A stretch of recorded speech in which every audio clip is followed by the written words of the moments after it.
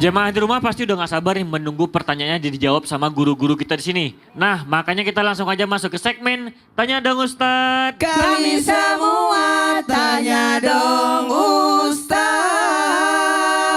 Pertanyaan pertama Instagram hamba Allah. Assalamualaikum Ustazah, mau nanya nih, bener gak sih wanita itu diberikan indera keenam yaitu bisa membaca pikiran pasangannya? Soalnya saya lihat istri saya pasti tahu kalau saya lagi bete sama dia. Mohon penjelasannya Ustazah dulu. Silakan. Baik, terima kasih buat yang bertanya. Jadi kalau ngomongin perempuan tuh punya indera keenam atau enggak itu hanya sekedar bahasa. Artinya bahwa perempuan itu firasatnya tajam. Kenapa? Karena dia sudah yang namanya menjadi pasangan.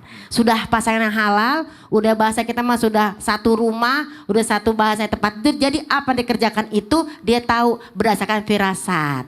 Dan kedua berdasarkan kebiasaan. Karena apa? Ittaku firasatal mu'min. Takutlah kamu terhadap firasat orang beriman. Apalagi seorang istri yang soleha. Amin. Suaminya soleh. Amin. Itu firasat pasti main. Iya, Jadi kalau dia pun tahu karena firasat. Kedua karena kebiasaan sehari-hari. Udah dibilangin belok kiri. Masih belok kanan juga. Tiba-tiba salah jalan. Kan udah dibilangin tadi. Bener. Makanya belok kiri. Ini belok kanan juga. Padahal tuh perempuan kepengen diturutin. Udah belok aja ke kiri. Tak kalaupun salah ya udah. Kan pasti dia akan malu sendiri. Jangan sampai kamu yang salah. Iya Begitu. bener sih. Kadang sih juga sering bilang, nih gak pernah dengar kata istri sih. Pernah dengerin sih. Jadi salahkan. Jadi malu sendiri saya jadinya. Iya makanya. Baiklah, ini ada pertanyaan kedua. Assalamualaikum Ustadz, mau bertanya, saya punya teman dan dia laki-laki. Tapi kenapa ya Ustadz sifatnya kayak wanita, suka kasih kode-kode. Juga apa karena pertemanan lingkungannya? Mohon penjelasannya Ustadz Maulana, silahkan. Mohon izin tanpa menggurui hanya mengingatkan, ingat pengaruh pertemanan itu sangat mempengaruhi. Lingkungan itu bisa menyebabkan orang yang aduh kok bisa ya, kok bisa ya. Nah inilah pengaruh lingkungan kenapa ada laki-laki cerewet. Karena berteman sama Bunda Lulung, salah, sama lingkungannya cerewet maksudnya. Karena Allah bisa karena biasa. Jadi hati-hati dengan siapa dia berteman. Inilah ada namanya penyakit sosial ya. Jadi kebiasaan, sifat itu bisa mempengaruhi dan dengan siapa dia bersama. Berarti kita harus hati-hati dengan lingkungan Hati-hati kita. Kita dengan lihat dulu nih, oh ini hati-hati. lingkungan lebih ke sini, ini lebih ke sini gitu. Rian berteman dengan Islami Tinda udah enakan kan? Berteman Iya. banget dan alhamdulillah makin banyak ilmu dapet. Amin, Apalagi ini ya buat Rabbal jemaah, alamin. buat jemaah di rumah yang sering nonton Iya. pasti makin banyak ilmu yang didapat Iya. tentang Islam. Coba tanya saya, Alhamdulillah. sarannya adik tuh karena saya pernah ke Jepang, udah pernah ke Jepang sih. Korea. Korea aja.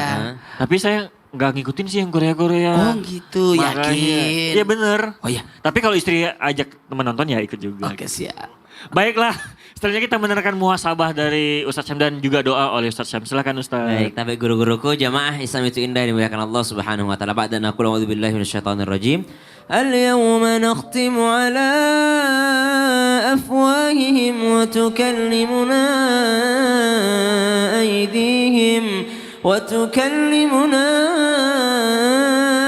aydihim wa tashhadu arjuluhum bima kanu yaksibun.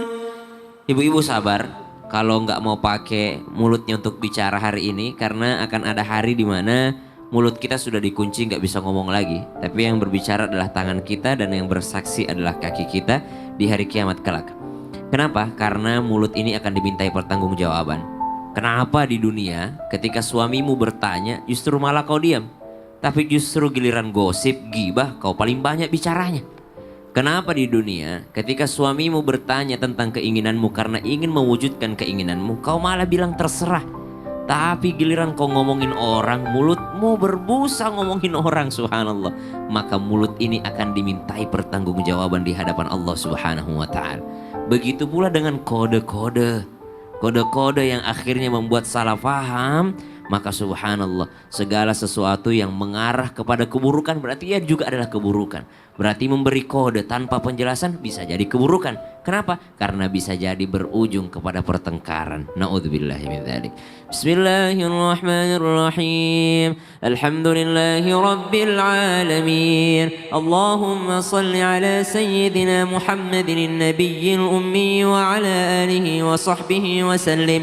ربنا تقبل منا إنك أنت السميع العليم وتب علينا إنك أنت التواب الرحيم ربنا هب لنا من أزواجنا يا الله berkahi kami berikan kami anugerah berupa pasangan kami ya Allah yang saleh yang memberikan ketenangan ke dalam hati kami ya Allah wa dzurriyyatina qurrata a'yun waj'alna lil muttaqina imama begitu pula dengan keturunan kami ya Allah wa sallallahu ala sayyidina Muhammad walhamdulillahi rabbil alamin.